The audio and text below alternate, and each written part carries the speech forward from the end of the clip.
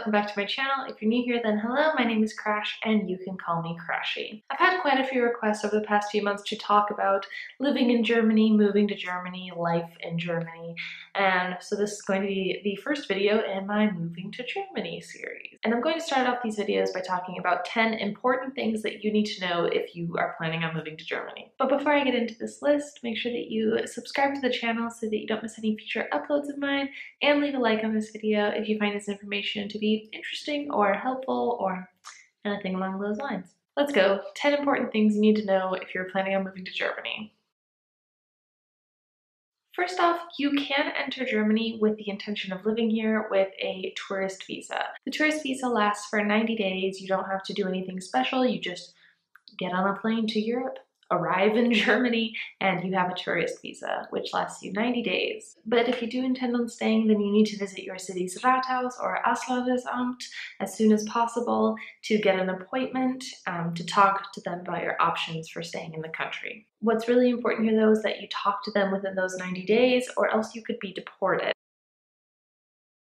The next important thing is that if you want to get a visa that lasts for more than 1 year, so if you want to live in Germany for more than 1 year, you will need to pass a German language course. You have to reach a B1 level, which is basic conversation in German, to be able to get a visa that lasts for more than 1 year at a time. Along those same lines, you will also need to pass a German orientation course. That course goes over German history, German politics, German culture, German religion, all of those aspects of Germany and living in Germany. The final test for that is 33 questions, and all of the questions are given to you beforehand, so you just have to learn the answers. So it's pretty easy, but it does take time and money and dedication to actually learn them. The next thing you need to know is that health insurance is mandatory in Germany. So it doesn't matter if you are planning on staying here for 1 month, 6 months, 10 years, you need to get health insurance in Germany. The good news about health insurance is that it is tax deductible, so even if you end up paying more than you would like to every month, you get to take that money off your taxes at the end of the year, so it's not all bad. But also, health insurance here is amazing. The healthcare system in Germany is phenomenal, so it's good to have health insurance. It's not really something to be upset about, just something that you should know you need to do. Next up, and this is possibly my least favorite thing about Germany, is that you have to pay a certain amount of money, I think it's 25 euro a month, to what used to be GEZ. You're paying it to an organization, or a series of organizations, I guess, called the ARD, ZDF und Deutschlandradio. So these are government television channels and radio stations, things along those lines, that you have to pay whether you use them or not, unfortunately. So that's something that you have to keep in mind, is that whatever you have to spend that month on like rent and food and stuff, you also need to consider another 25 euro that is going to go to something that you're never going to use. It's just money that you say goodbye to. It's just gone forever. And unfortunately, that is also not tax deductible, even though it's something you're paying to government. Great. The next point is going to be specifically important, I guess, if you are an American coming to Germany. I know in the US we pay for everything with our credit or our debit cards, but that really isn't as common here as you would think. Some places only let you pay in cash. Places like smaller supermarkets, smaller specialty stores, pop-up booths, and even some larger stores too I've been in have only accepted cash. And a lot of places, even if they do accept card, will only accept card after a minimum balance has been reached. So if you're paying 10 euro or more for something. So if you're an American, I know this sounds completely ridiculous. It's like Stone Age thinking. It's something that I tell my husband all the time about how annoying it is that we can only pay for groceries with our card if we're buying 10 euro more worth of stuff at our local grocery store.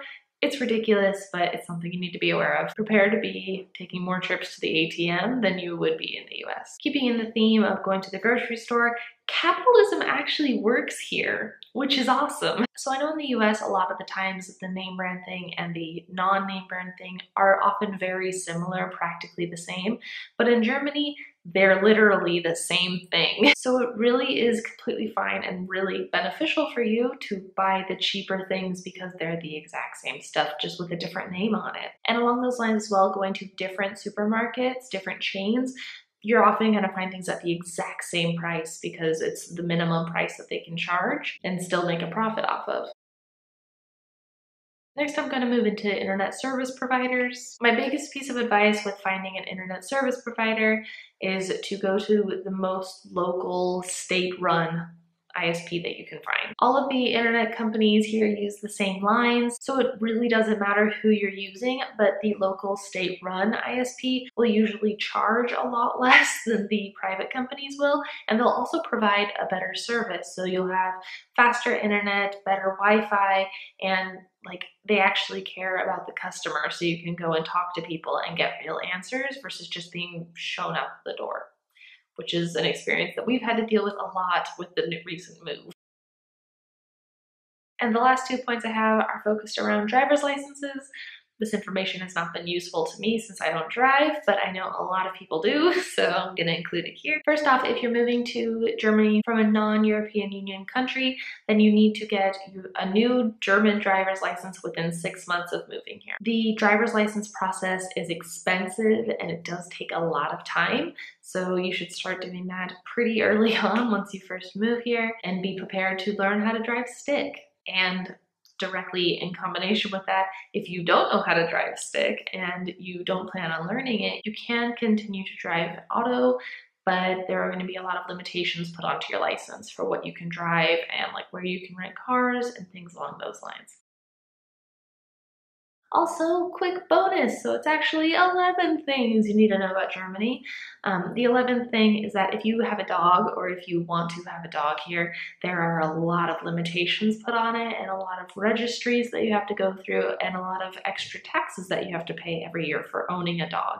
So do a lot of research about that before you bring your dog over here or before you get a dog in Germany. Okay, that is it for my 10, but actually 11 things that you need to know about Germany. I hope that this list has been helpful or at least interesting for you, and I hope that you enjoyed it. I'd love to start making more videos about living in Germany, moving to Germany, the whole German experience. So if you have any specific questions, please leave them in the comments down below, or at least leave a like on this video to let me know that you're interested in seeing more German-related videos. Germany-related videos? Both. I could also do German language videos. That'd be fine too. Thanks so much for watching. I hope you have a wonderful day, and I will see you on the internet. Tschüssi!